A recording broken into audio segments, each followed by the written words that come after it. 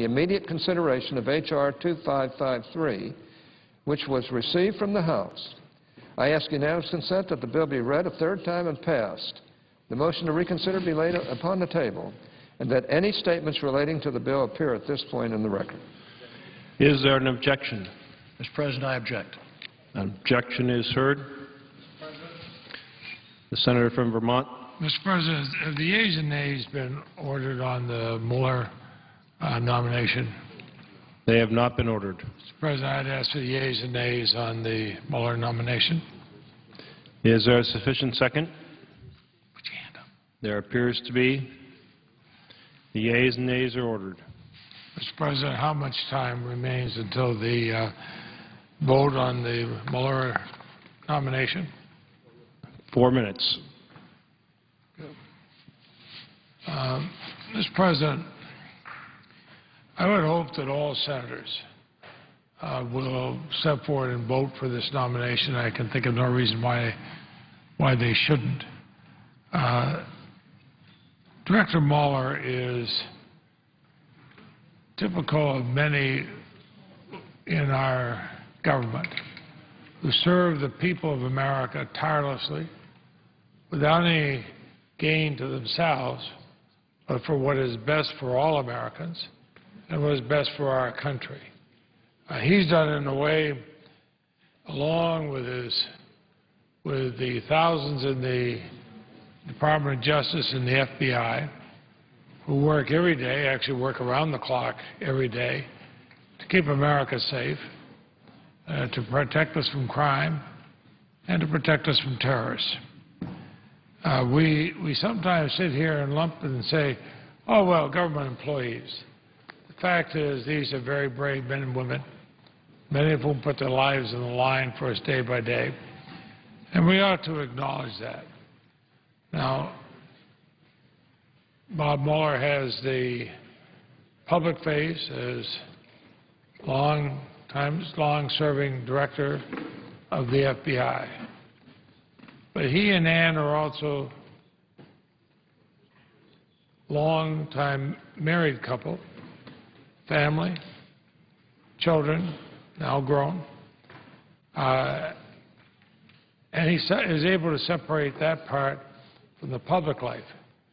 The public life, like so many who serve this country, the public life takes an inordinate amount of his time.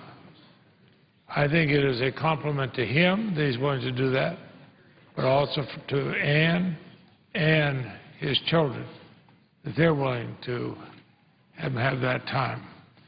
I think, Madam President, we should feel fortunate in this country that when the President asked him to step forward for another 2 years, he answered the call. But I also want to compliment President Obama.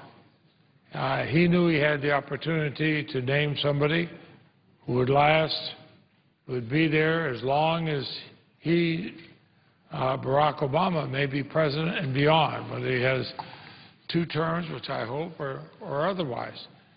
Instead, he did, as he's often done, what he thought was best for the country. That's the situation where we are. I would urge all senators to vote aye on this nomination. And, Madam President, how much time is remaining? 1 minute. Madam President, I see nobody else seeking the floor. I would yield back what is now about 30 seconds. All time has expired. The clerk will call the roll. Mr. Akaka, Mr. Alexander, Ms. Ayotte, Mr. Barrasso, Mr. Baucus, Mr. Begich, Mr. Bennett, Mr. Bingaman, Mr. Blumenthal, Mr. Blunt, Mr. Bozeman, Mrs. Boxer, Mr. Brown of Massachusetts, Mr. Brown of Ohio, Mr. Burr, Ms. Cantwell, Mr. Cardin.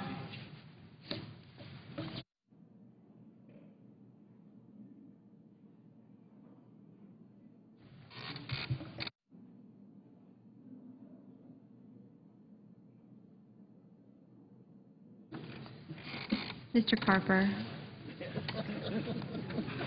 Mr. Casey, Mr. Chambliss,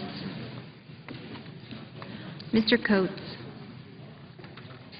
Mr. Coburn, Mr. Cochran,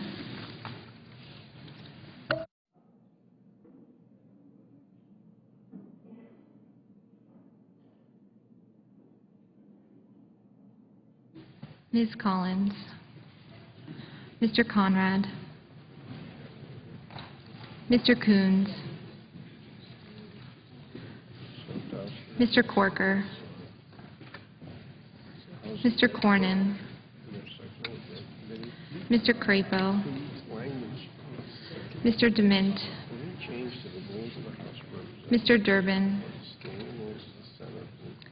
Mr. Enzi, Mrs. Feinstein, Mr. Franken, Mrs. Gillibrand, Mr. Graham, Mr. Grassley,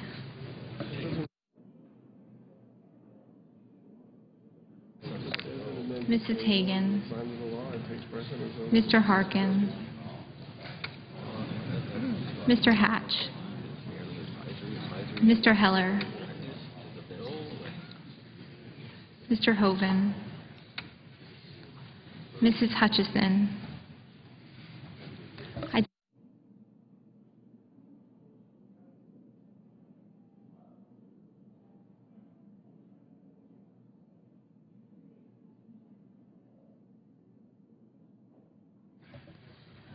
Mr. Inhofe, Mr. Inoue, Mr. Isaacson, Mr. Johans, Mr. Johnson of Wisconsin, Mr. Johnson of South Dakota, Mr. Carey,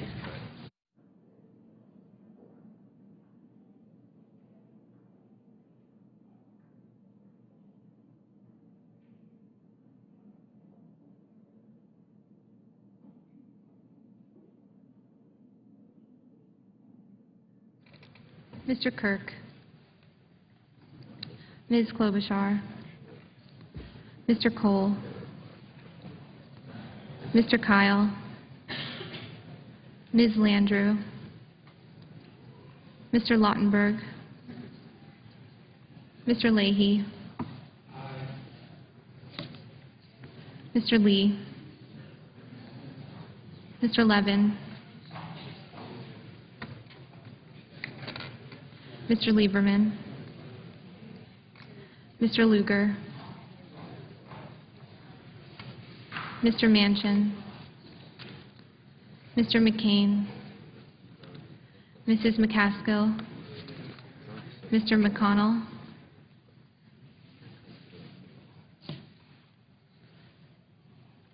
Mr. Menendez, Mr. Merkley, Ms. Mikulski, Mr. Moran, Ms. Murkowski, Mrs. Murray,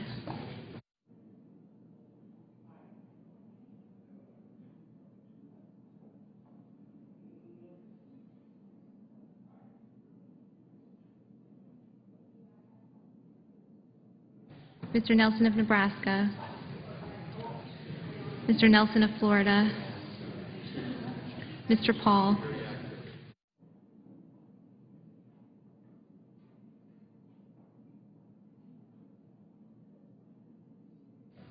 Mr. Portman, Mr. Pryor, Mr. Reed of Rhode Island, Mr. Reed of Nevada, Mr. Risch, Mr. Roberts, Mr. Rockefeller, Mr. Rubio, Mr. Sanders,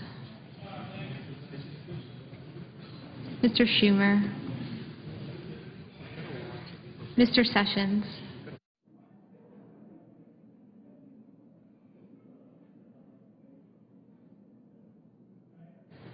Mrs. Shaheen,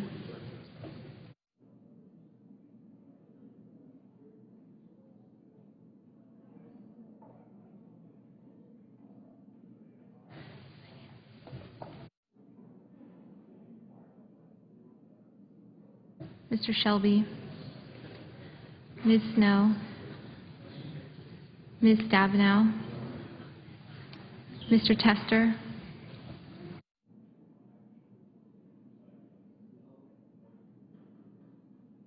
Mr. Thune, Mr. Toomey,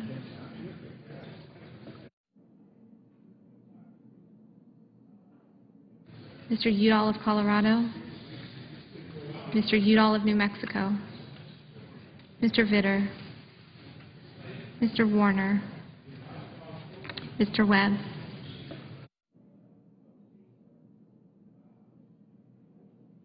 Mr. Whitehouse, Mr. Wicker, Mr. Wyden.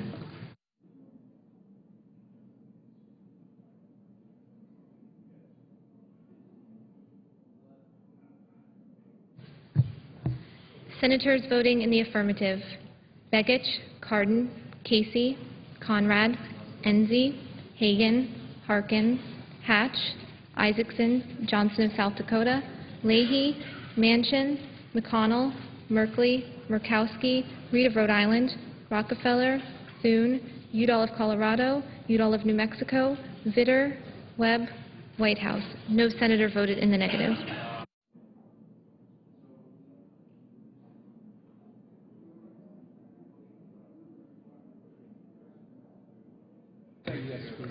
Mr. Brown of Massachusetts, aye. Mr. Carey? Aye. Mr. Carey? Aye.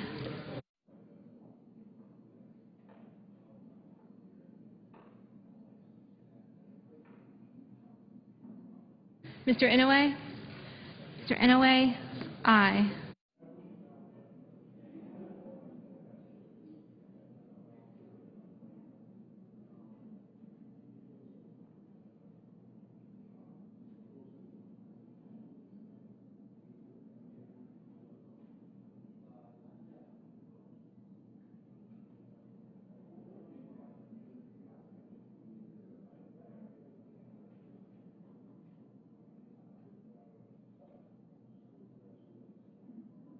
Mr. Bingaman? Mr. Bingaman? Aye.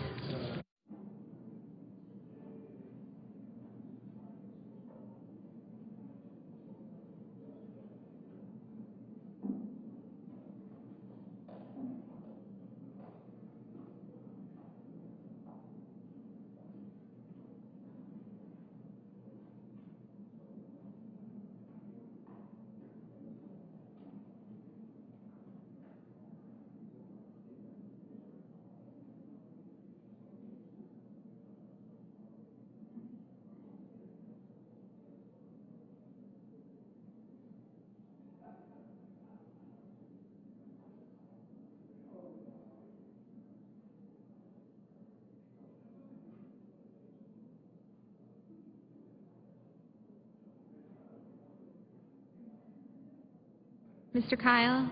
Mr. Kyle? Aye. Mr. Tester? Mr. Tester? Aye. Mr. Kirk? Mr. Kirk? Aye.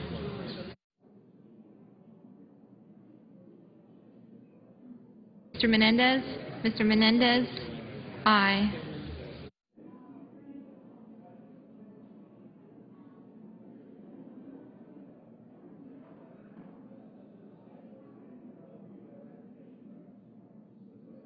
Mr. Burr?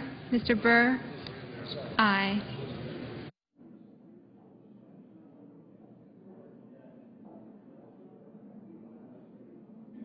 Mr. Johnson? Mr. Johnson of Wisconsin? Aye. Mrs. McCaskill? Mrs. McCaskill? Aye. Mr. Cornyn? Mr. Cornyn? Aye. Mr. Nelson? Mr. Nelson of Nebraska? Aye.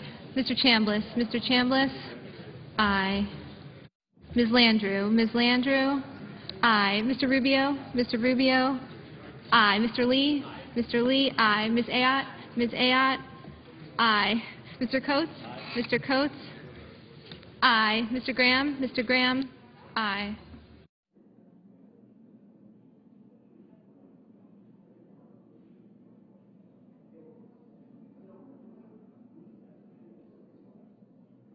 Mr. DeMint? Mr. DeMint? Aye.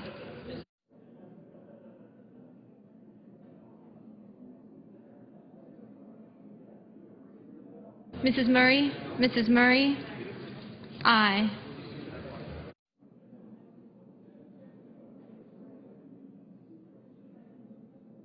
Mrs. Shaheen? Mrs. Shaheen?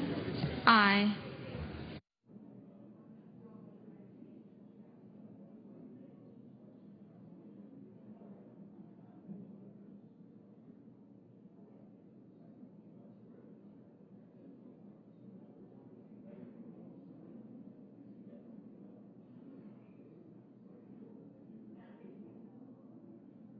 Mr. Warner? Mr. Warner? Aye. Mr. Paul? Mr. Paul? Aye. Mr. Risch? Mr. Risch? Aye. Ms. Snow? Ms. Snow? Aye.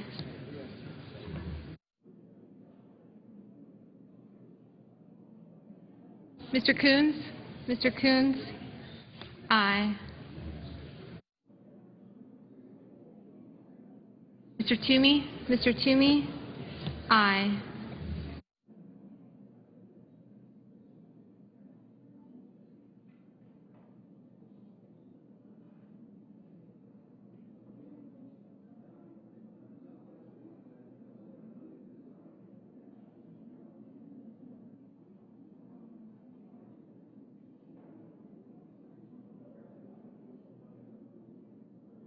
Mr. Shelby?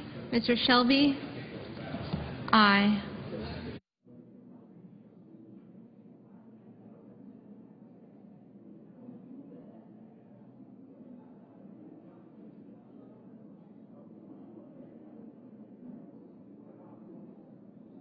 Mr. Sessions? Mr. Sessions? Aye. Mr. Johans? Mr. Johans? Aye. Mr. Coburn? Mr. Coburn? Aye. Mr. Heller? Mr. Heller? Aye. Mr. McCain? Mr. McCain? Aye. Ms. Klobuchar? Ms. Klobuchar? Aye. Mr. Blunt? Mr. Blunt? Aye. Mr. Portman? Mr. Portman? Aye.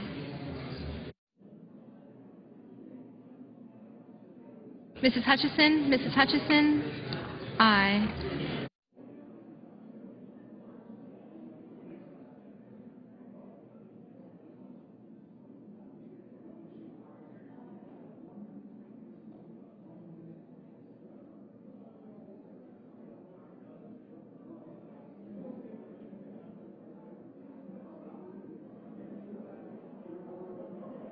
Mr. Durbin? Mr. Durbin?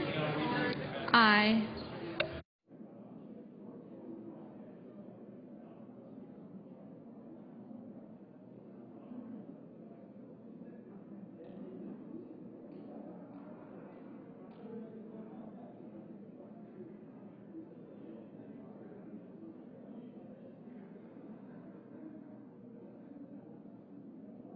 Mr. Crapo? Mr. Crapo? Aye. Mr. Reed? Mr. Reed of Nevada? Aye. Mr. Sanders? Mr. Sanders? Aye. Mr. Corker? Mr. Corker? Aye. Mr. Lugar? Mr. Lugar? Aye. Mr. Cochran? Mr. Cochran? Aye. Ms. Mikulski? Ms. Mikulski? Aye. Mr. Franken? Mr. Franken? Aye. Mr. Roberts? Mr. Roberts? Aye. Mr. Alexander? Mr. Alexander? Aye. Mr. Lieberman? Mr. Lieberman? Aye. Mr. Nelson? Mr. Nelson of Florida? Aye. Mr. Grassley? Mr. Grassley? Aye.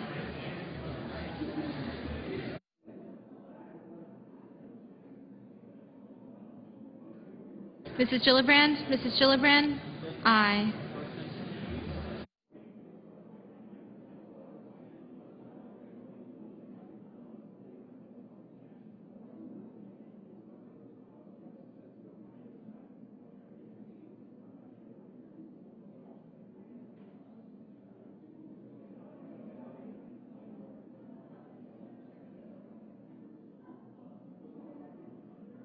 Mr. Moran?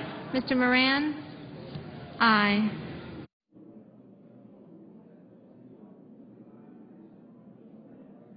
Mr. Wyden? Mr. Wyden? Aye. Mr. Inhofe? Mr. Inhofe? Aye.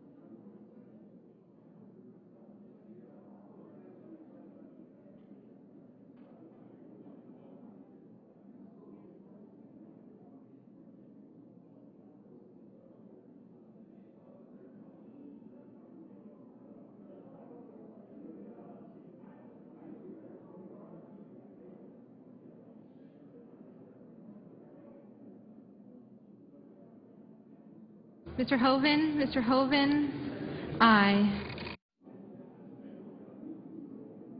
Mr. Pryor? Mr. Pryor? Aye.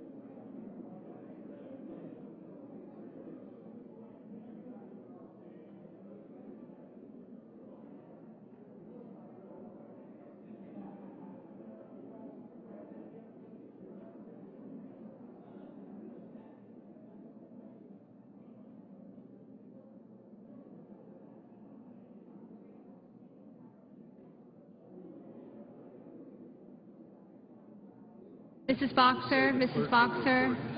Aye. Mr. Bennett? Mr. Bennett?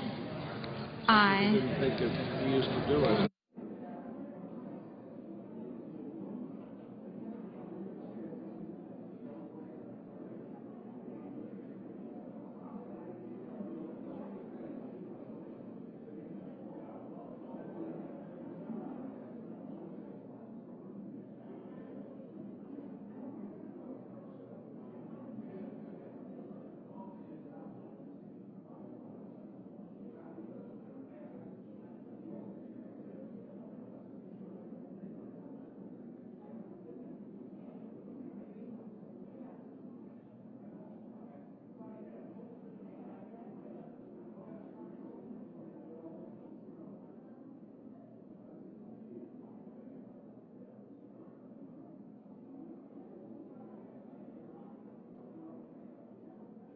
Mr. Akaka? Mr. Akaka? Aye. Mr. Wicker? Ms. Cantwell? Ms. Cantwell? Aye. Ms. Collins? Ms. Collins? Aye. Mr. Wicker? Mr. Wicker? Aye. Mr. Barrasso? Mr. Barrasso? Aye. Mr. Levin? Mr. Levin? Aye. Mr. Carper? Mr. Carper? Aye. Mr. Cole? Mr. Cole? Aye.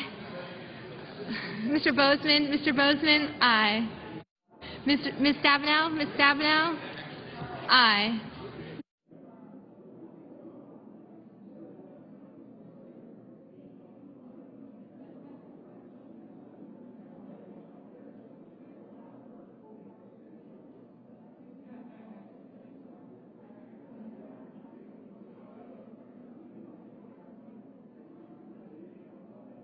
Mr. Brown? Mr. Brown of Ohio? Aye. Mr. Blumenthal? Mr. Blumenthal? Aye.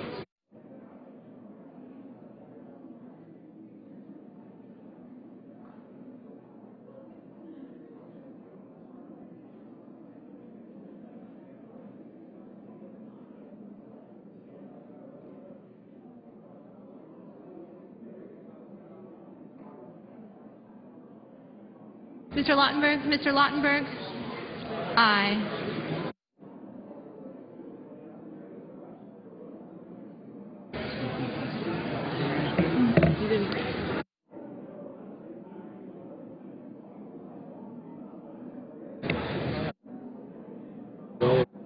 Mr. Schumer? Mr. Schumer?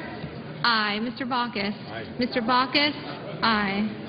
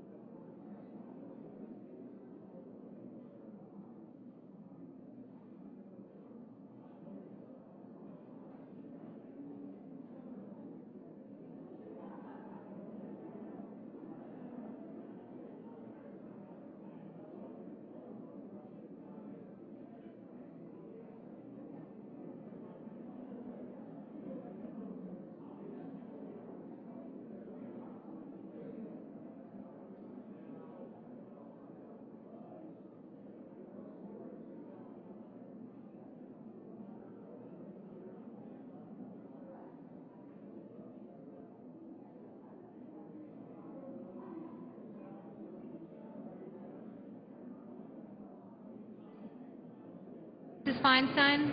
Mrs. Feinstein? Aye.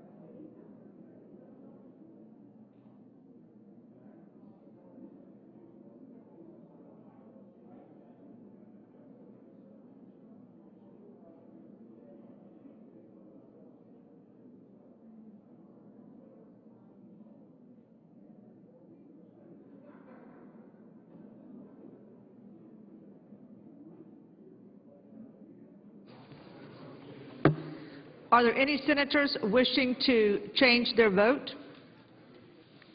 Seeing none, the confirmation of Robert Mueller III of California to be Director of the Federal Bureau of Investigation, the ayes are 100, the nays are 0. The nomination is confirmed. Under the previous order, a motion to reconsider is considered made and laid on the table. The President will be notified, will be immediately notified of the Senate's action. The Senate will resume legislative session. Madam President. May we have order? The Majority Leader. Madam President, I ask unanimous consent the Senate proceed to... Senate's not in order. Senator, not in order. Would the Senators please take your conversations out of the well of the Senate? Thank you. Madam President, I have spoken to the Republican leader fairly recently. It's all relative time around here. There will be no roll call votes tonight. No more roll call votes tonight. I now ask unanimous consent the Senate proceed to period of morning business until 6:30 p.m. tonight. The senators permitted to speak for up to 10 minutes each. It's my understanding, yes, Senator Coburn is not on the floor, but I understand he wanted to speak for more than 10 minutes. Anybody know about that? So what time did he want to be recognized?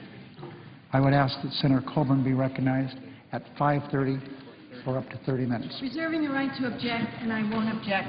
I would like to get 20 minutes to speak following Senator Coburn. Sounds good to me. Is there objection?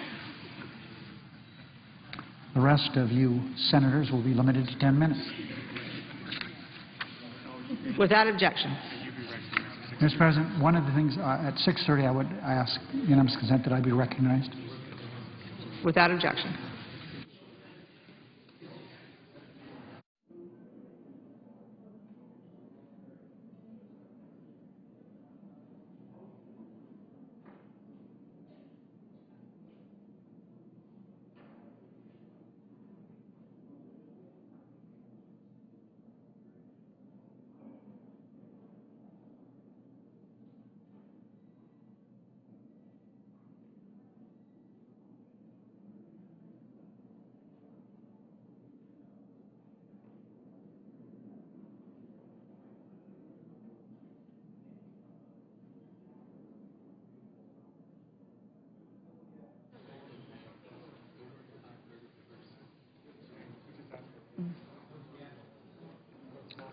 The clerk will call the roll.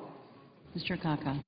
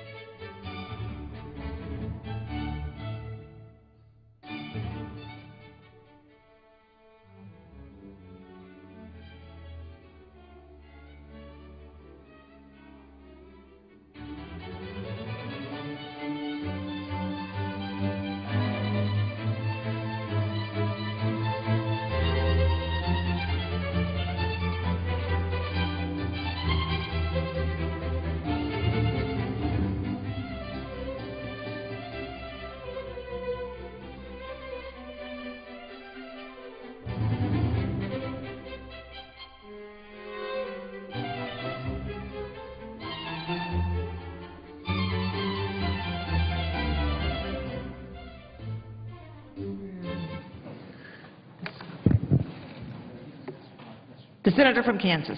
Madam President, I understand that we're in morning hour, and I understand that I may speak on the Senate floor for up to 10 minutes. The Senator, we're in a quorum call. I would ask that the quorum call be lifted. Without objection. Senator from Kansas. Madam President, thank you very much. I've spoken many times over the last several weeks in regard to the issue at hand, and clearly the time continues to escape us in which the day of reckoning is coming in regard to the debt ceiling issue. And I've said from the very beginning that, in my view, it would be irresponsible not to raise the debt ceiling, but it would be as irresponsible, if not more so, to raise the debt ceiling without reducing the spending, getting our books more in balance, and moving us in the right direction toward a balanced budget in the future. I recognize that this can't be accomplished overnight, and I recognize that there are those who bring different points of view and perspective to the Senate floor. This is a body of people who represent individuals who live in all 50 states and have points of view and philosophies and backgrounds that are different than perhaps the constituents that I represent from the state of Kansas. I've been a strong supporter of the legislation entitled Cut, Cap, and Balance.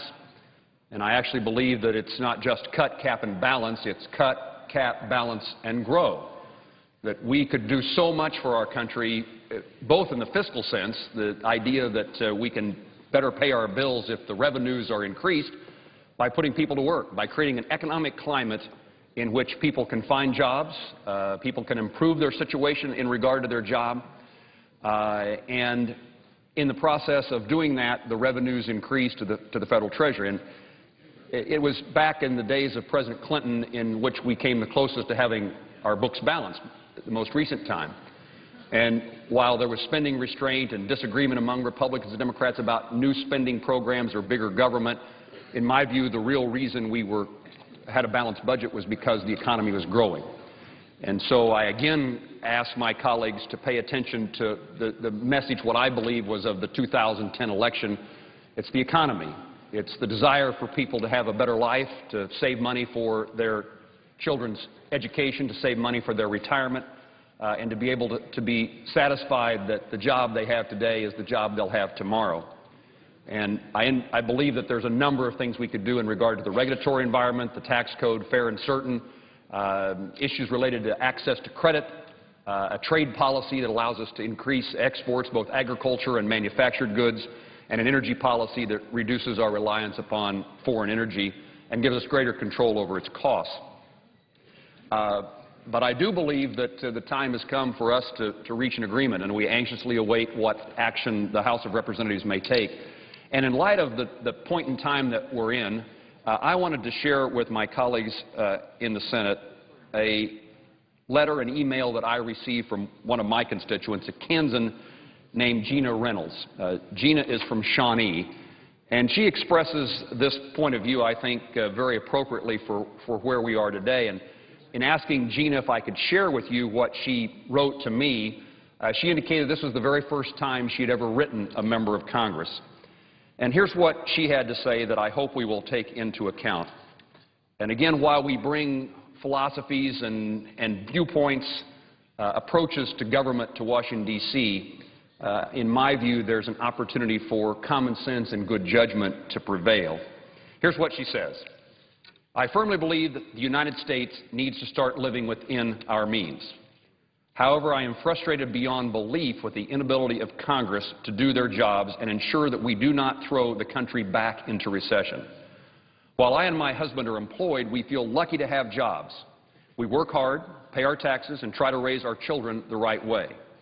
It absolutely boggles my mind that we cannot come to a compromise on the debt ceiling issue that is so critical to the financial markets and the average American citizen. For it is us, the middle class, that will suffer the most, from lost jobs to lost 401ks and lost savings.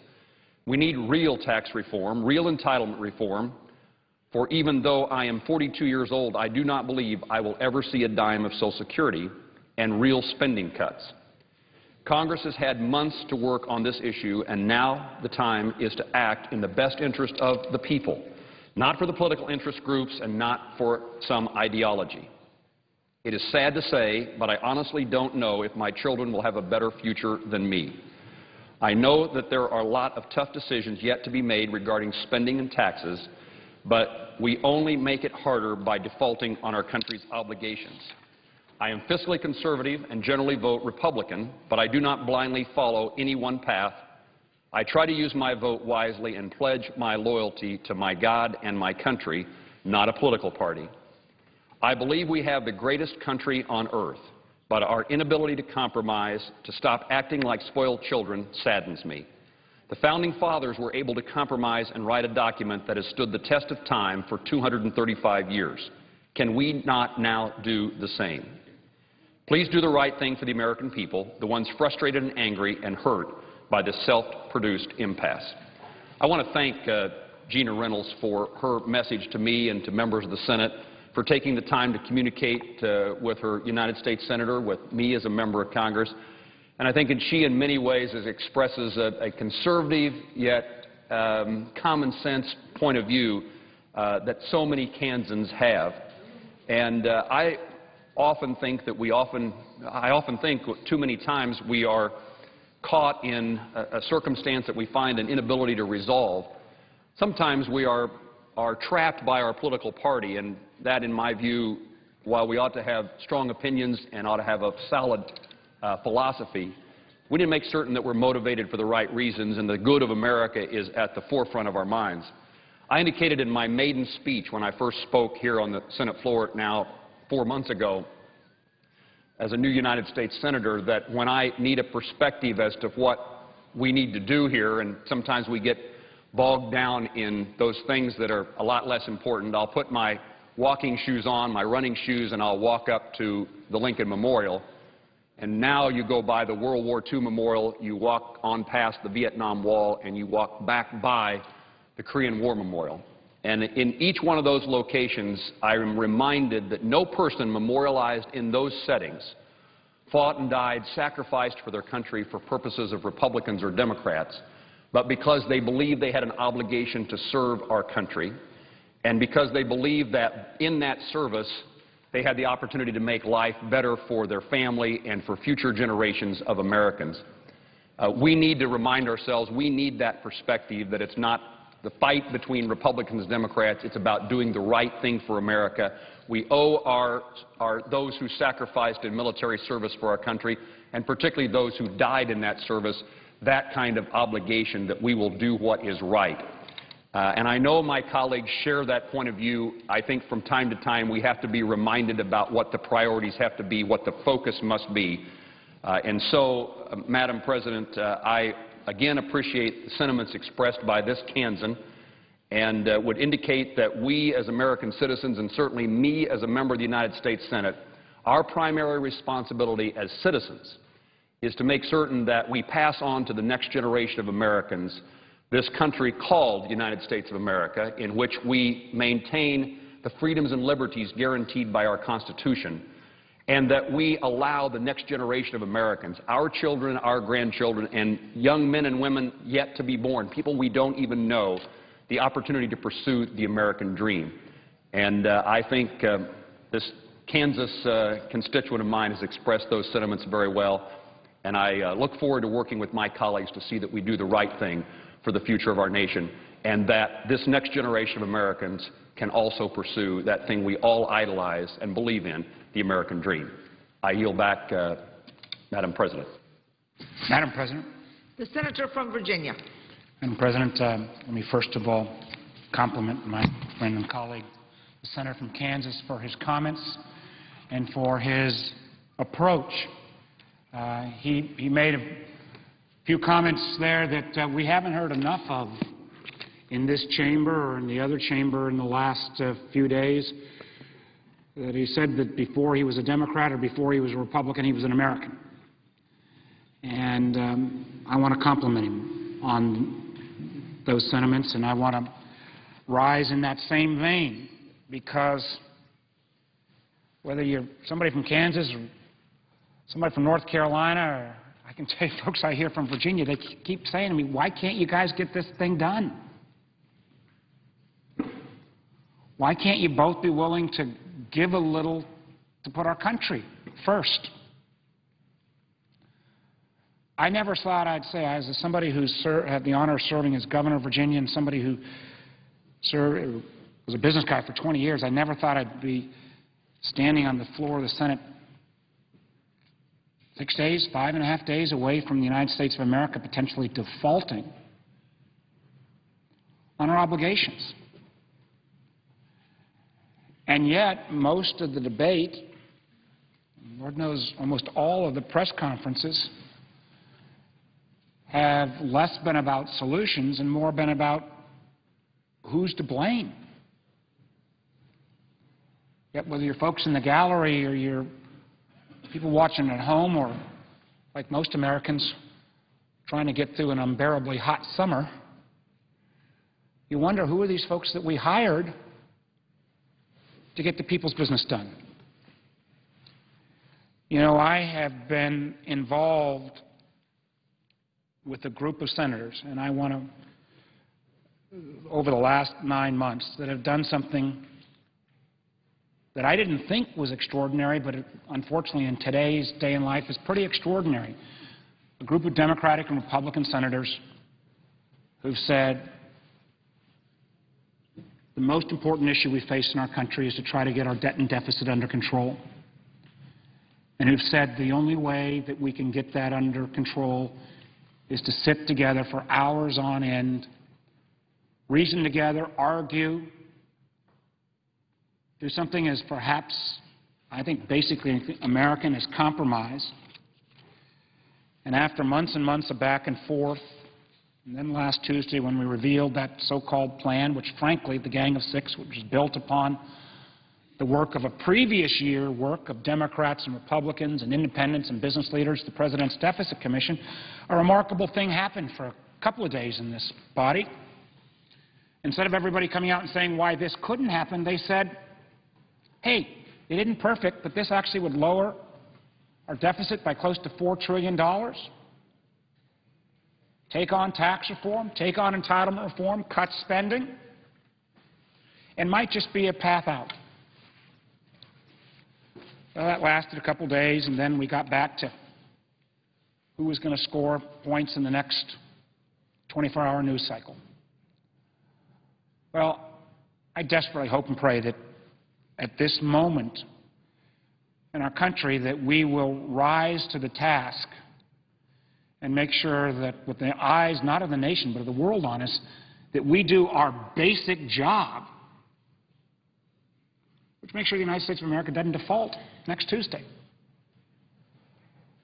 The only way I think we're going to get there is if we lower the rhetoric, lower the finger pointing, recognize it's going to take ideas from both sides.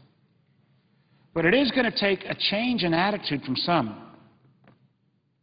There was a congressman who gave a press conference sometime in the last day or two who paraphrased Winston Churchill. He said, we're going to fight you on the beaches, we're going to fight you at sea, we're going to fight you in the air to make structural changes to the way the place known as Washington, D.C. operates. Who's the you he's going to fight?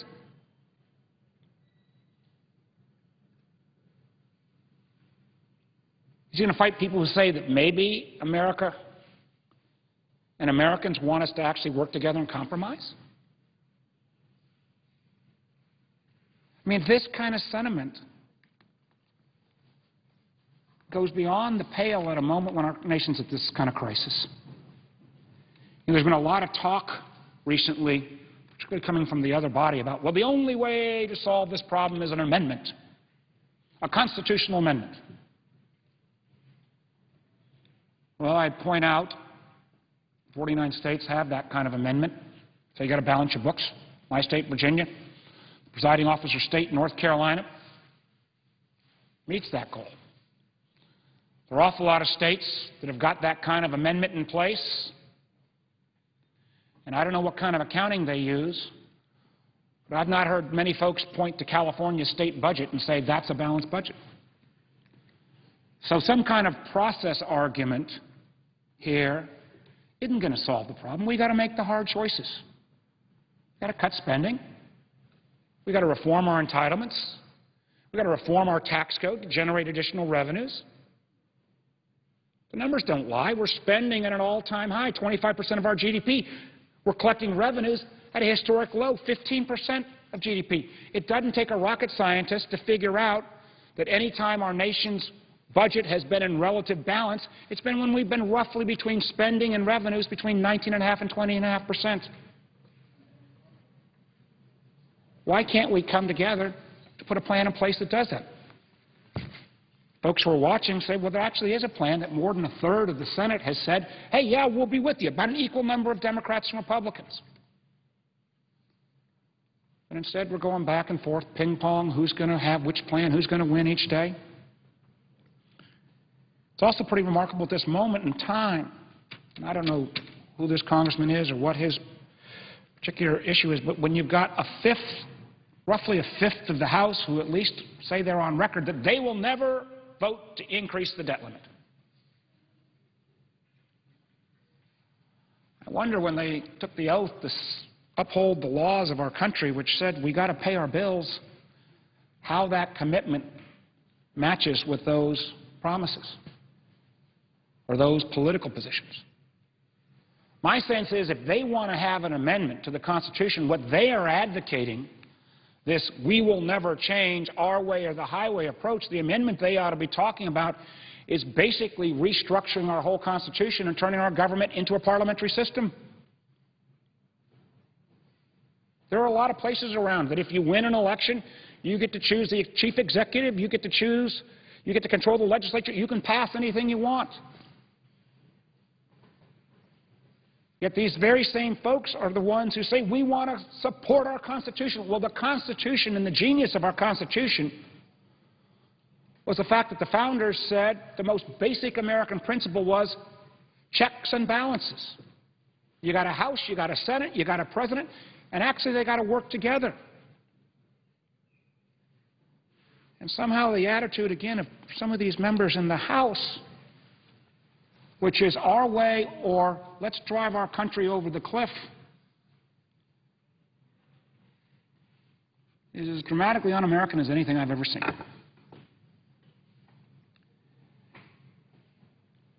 And at the same time, we hear other members who say, well, maybe we just need a little more economic shock to make us do the right thing.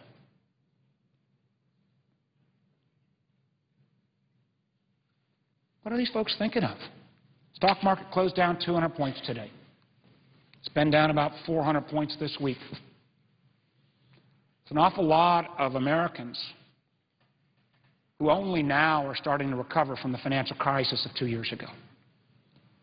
Awful lot of retirees who saw their 401ks plummet 2 years ago that slowly have seen that nest egg that's going to get them through retirement or get them through rough times recover. We're down 400 points. How much more stock market decline do we need before we all have the cover to do the right thing? 1,000 points? We need to put another 1 million Americans out of work? Do we need to throw more people out of their homes because of the tax increase that will result, the real increase that will result with the rise in interest rates that will happen next week? And there are others who say, well, let's just do short-term. Let's kick the can down for a short while. Something that's being discussed in the House. It doesn't matter whether it's Democrat or Republican. It matters because that approach will result in a lowering of our debt rating. I know people get eyes glaze over when you hear about debt ratings. Unfortunately, debt ratings, and we are the only countries in the world with a AAA debt rating. That means we are kind of the gold standard. Well, we have that debt rating reduced. It's not only a black eye for America. Not only means that what we have to pay in interest rates will go up, not just for government, but if you've got a school bond, if you've got a state bond, those prices are going to go up. You've got an auto loan, you've got a home mortgage, you've got a student loan, you're a business trying to expand your business, the cost of that are all going to go up. The very same folks who say, well, we will never look at more revenues. don't seem to mind at all that if we have to have an interest rate rise because of a default or a downgrade of our debt, doesn't that take more money out of our Americans' pockets? I just don't get it. So I do hope, and frankly, as the presiding officer knows, I've been pretty obsessed about this issue for months on end. I do hope that we will check our Democrat and Republican hats. I echo what my colleague, the senator from Kansas, said. And recognize when we get out of bed tomorrow morning, we get out of bed as Americans, not as Democrats or Republicans first. That we not only get over the debt limit, which hopefully through some convoluted process we will, but that we also recognize that getting past August 2nd doesn't mean, okay, we're done, everybody go have a nice August. All that does is buy us a bit of time to decide whether we're going to come back to the really hard issues of not only how we start with some spending cuts, which will be part of our down payment, but how we really make sure that the entitlement programs, so many of us on both sides of the aisle, but particularly on this side of the aisle, want to protect, that they're actually there 10, 20, 30 years from now. The notion that they're not going to change,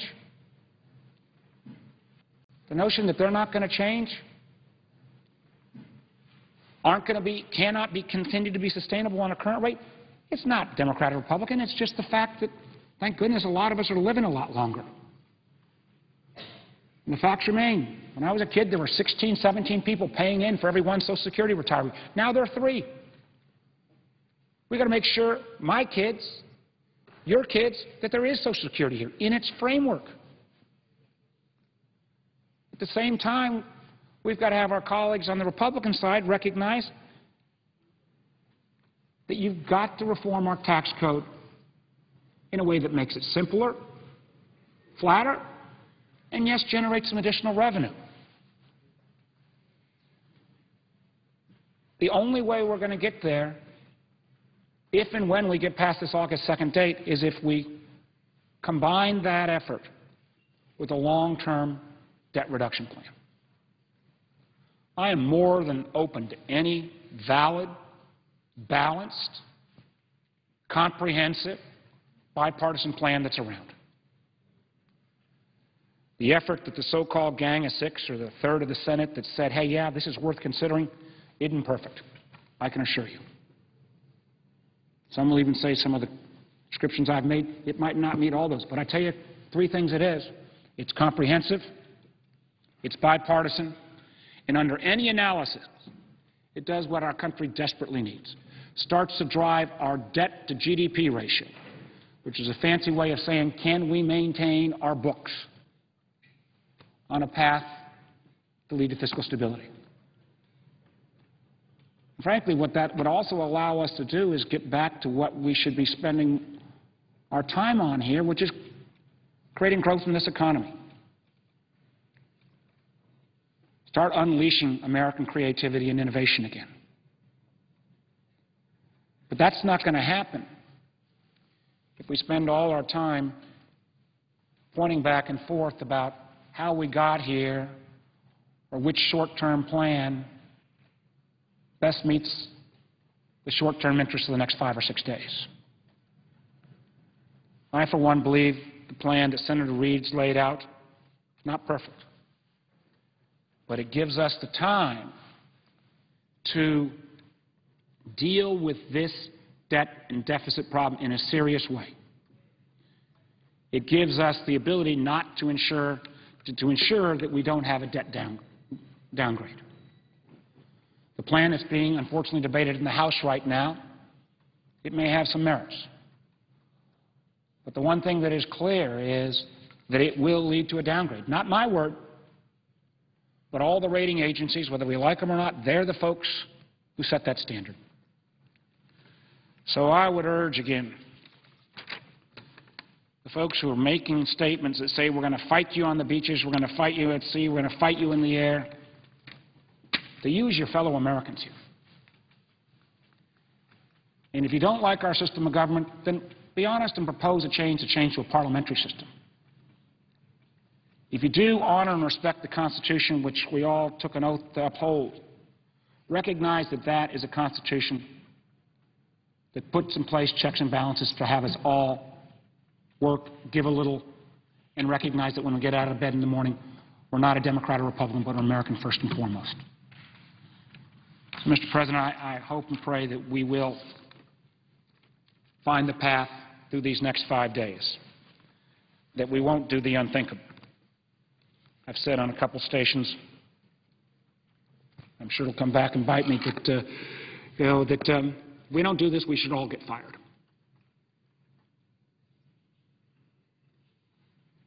Because the fact is, the most basic promise we make is to uphold the laws and rules of our country. And frankly, I can't think of anything that's more quintessentially American than making sure you pay your bills and you honor your obligations.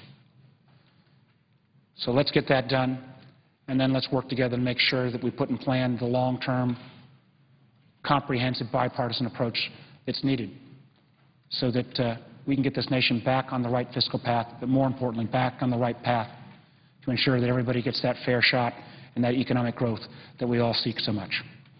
With that, Mr. President, I yield the floor and note the absence of a quorum.